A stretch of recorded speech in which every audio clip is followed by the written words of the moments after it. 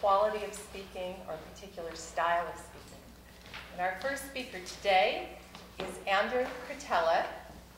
He is speaking from the basic manual, speech number 4. The purpose of the speech is vocal variety. The duration is 5 to 7 minutes. And the title of this speech is The Bugs in the Night. Welcome, Andrew.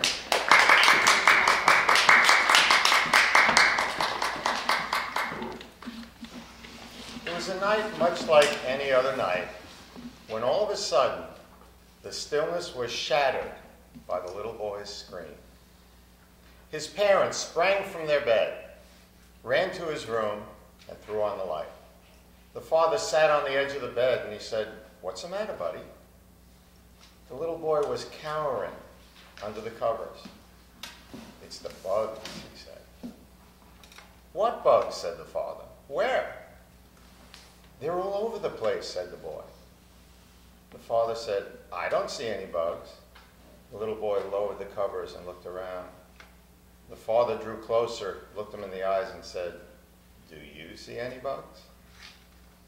"No," said the boy. "Well then," said the father, "you've all had a good scare, so let's all go back to sleep, okay?" "Okay," said the boy.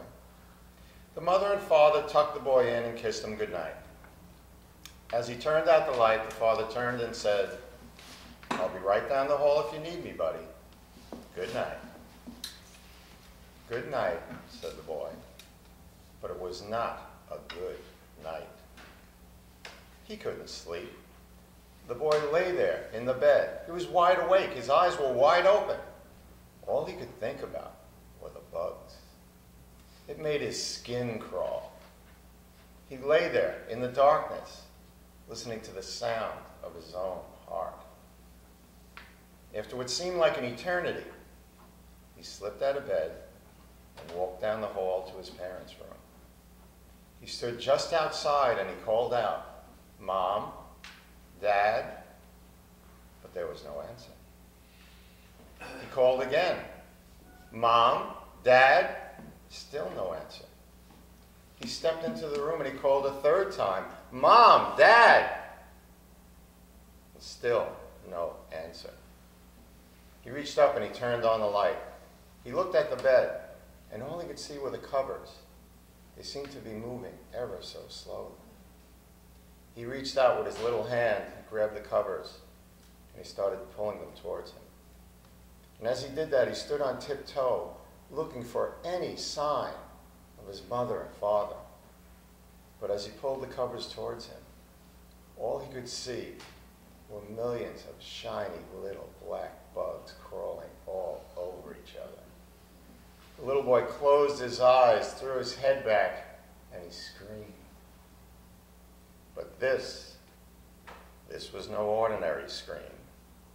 This was a scream that was so powerful that it ricocheted and reverberated off of every surface and every wall in the house.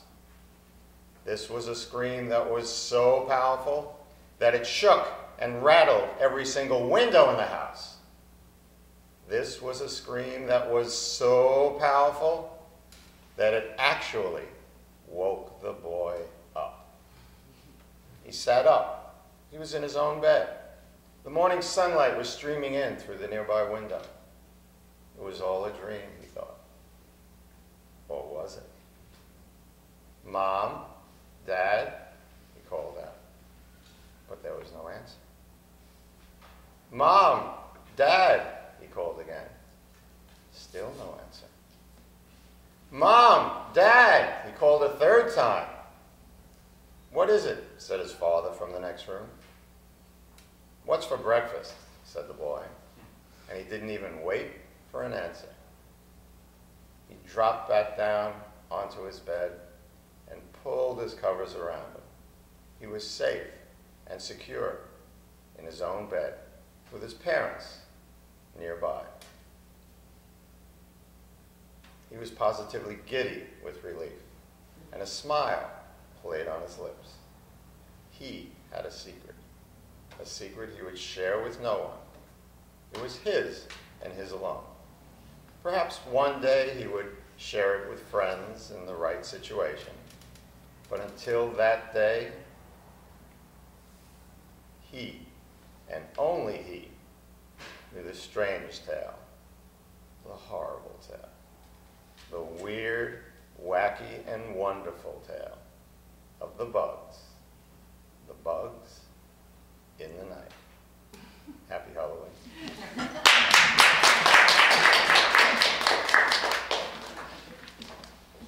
Please take a few moments to write your comments and feedback for Andrew.